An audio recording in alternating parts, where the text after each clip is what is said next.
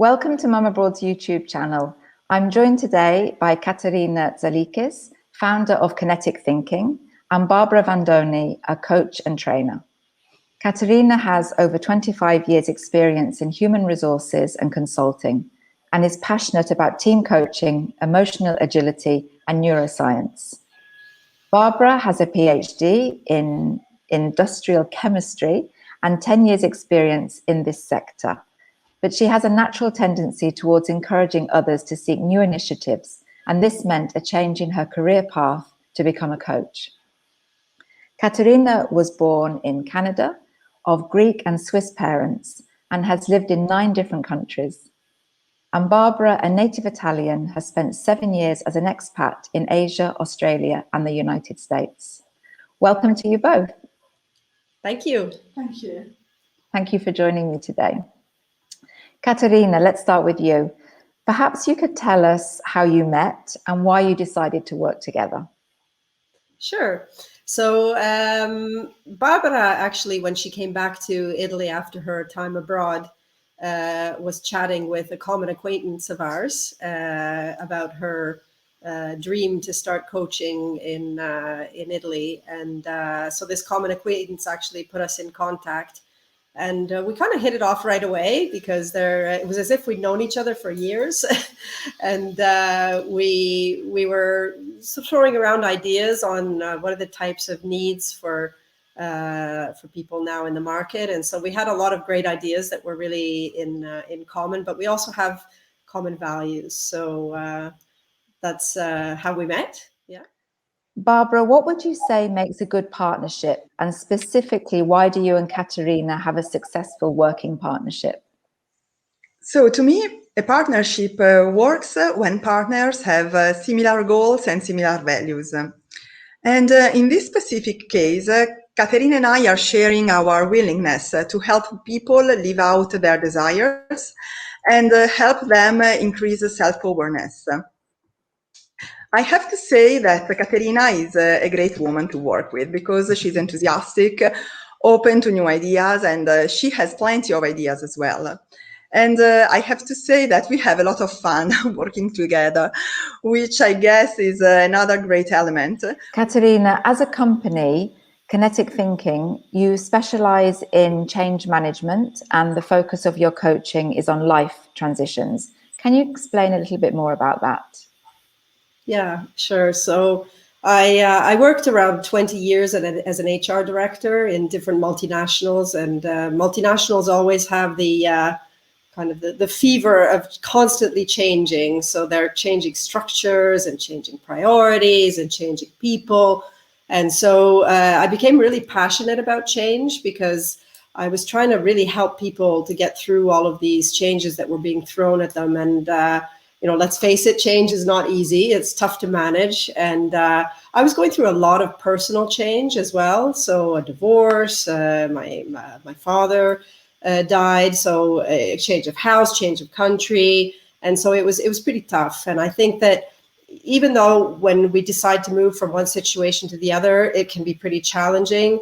Sometimes there are a lot of emotions that are hard to deal with, positive and negative. So, it's really interesting to help people to get through those emotions and understand them and elaborate them and find new ways and alternatives to live a better life, because that's actually one of our missions in Kinetic Thinking, is to help people to live a more serene and full life. So that's where all of the passion came from.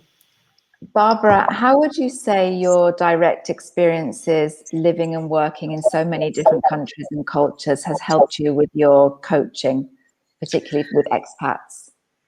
So I have been living in China, Australia, and US. So I experienced the different cultures and different lifestyles. And each experience had somehow represented a new transition in my life, bringing new emotions, new family equilibrium, and new challenges to face. So at the end of the day, I can sum it up saying that I had a lot of ups and downs. And to me, this is what a coach can help to manage. We can coach our coachee in understanding their own transitions, emotions, and how to cope with the difficulties that a new culture or new situations can bring. You recently introduced a course for parents based on emotional agility and communication. Katherina, how have your own experiences as a mother influenced this development in the business? Yeah, so I've been teaching emotional intelligence for the last 15 years in my HR career, and we recently changed the name to emotional agility because of all of the unforeseen situations that we're facing over the last few years. We thought that the word agility was much more relevant to people that are trying to work on their emotions, taking it away from the intelligence and putting it more on our own flow of emotions. So we really like the word agility. And so when I was studying these topics, when I was it was around 2005, I was living in London. I was in this very exclusive luxurious flat in Kensington, an expat, everything paid. And in 2006, I got my coaching degree, and I started testing out some of the new skills and techniques that I had learned in coaching about open questions. So asking open questions. So I said, well, let me try this out on my kids, see if it works. So my kids at the time were 2 and 5, so very small age. My son was extremely hyperactive, and I was really excited to try these new techniques. So he was always running up and down the hallway. We had this long corridor in our house, in our apartment, and he kept running up and down the corridor and making a lot of noise. And I said, okay, well, how can I approach this without, screaming at him as I usually would? And so I said, okay, let me ask some questions. So I said to him, so Alessio, you're having a lot of fun, aren't you? Yeah, it's really fun running up and down and chasing his sister, And I said, well, do you remember who lives underneath us? And he said, oh yeah, it's that old lady that says hello to us in the elevator. And I said, yeah, she's just about, this old lady about the same age as your grandfather, right? And he said, yeah, it's the same age. And I said, what does your grandfather do a lot? Oh, he's sleeping a lot. He gets really tired in the afternoon. And I said, oh, it's afternoon now. I wonder, what this lady is doing. And he said, oh, she must be sleeping because that's what your granddad does in the afternoon. And so I just left a silence. And I'm not used to silences because I'm always trying to, go ahead with my objective. So I said, let me just work with this silence. And after some time, he looked at me and he said, I wonder if I should stop running in the corridor, when the old lady is sleeping. And I said, yeah, I think she would really appreciate that. And for me, it was like magic, like I'd never experienced that before. And I started to get really excited about these open questions. And I actually raised my kids that way. And we often talk about how we work through problems together through open questions. And sometimes if I ask closed questions or give judgments, they actually make me notice it. And they say, do you remember what you said about not giving judgments? And so we have this open dialogue. And Barbara, when we met, we were really exchanging these kind of war stories about our children and how we wanted to kill them at times and how we managed to get over those moments of crisis. And so Barbara was also sharing some of her stories. She has small children right now. And so she was, telling me about how she's using coaching techniques to help her children to grow. And so we had this great idea. Wow, that would be fantastic for our clients, to offer them this opportunity to also take a look at their parenting style and how they can try to improve and create a better way of communicating with their children. It sounds really effective. I think children always, if they think that they've come up with an idea, they're much more likely to do it, aren't they, than if the parents, tell them to do something. So that's great. Barbara, what would you say are the most common issues that parents come to you with? So I think issues are different from family to family. and depends on the children age too. For example, parents of toddlers are often dealing with tantrum or emotional outbursts, while maybe parents of teenager has to face aggressions or maybe children that shut down and don't want to talk anymore. So we think that in this situation, you can use a coaching way to improve listening and communication. So the way you approach your child has a big influence on his behavior and response. The more you open up the dialogue and focus on listening rather than telling, the more you will have the possibility to help your children through their critical and emotional moments. And Katherina, can you give an idea of how a coach can help families with communication problems? Yeah, the course that we designed is based on, we start with our life scripts. So the life scripts is the meaning that we give to the events that happen to us when we're children. So the life script becomes like a movie script that we have to, carry out in our lives. And it helps us to reinforce some of our beliefs behind our actions. And very often we start to project our life script on other people, and especially our kids. So, for example, one of my life scripts is that I need to be respected by others, So if people yell at me, then I have an automatic reaction to try to get them to respect me, or, somebody might shout back or whatever, but I actually start to close up, because one of my life scripts was around working together and collaborating together and how we can get towards our objectives together. Because my mother used to say, when we all work together, everything gets done. And so that was one of my life scripts, is that I have to work with other people to get things done. And so when I went over my life and I said, what happened is that I started to realize that I had to depend always on other people to get things done. I couldn't do things on my own. And so very often I was always surrounded by people. I wasn't able to be on my own. And so when I had my divorce, we had a huge crisis, and my husband left me basically from one day to the next. It was really, really tough for me because I wasn't used to being alone. And I said, well, I can't do anything without somebody else, because when we all work together, everything gets done, So that's the life script that I had told myself. And when I realized that this is one of my huge life scripts, we all have many life scripts, based on the things that our parents or our authoritative figures say to us.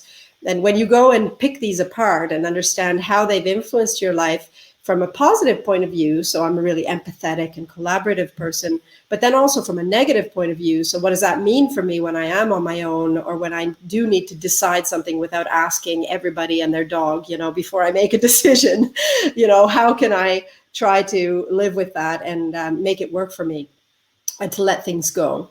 So what we do is we try to help our clients to understand what exactly is the need of the other person in that particular moment. What is their life script and what is my life script? And when a child is, screaming at you or shutting down or whatever, what is their particular need?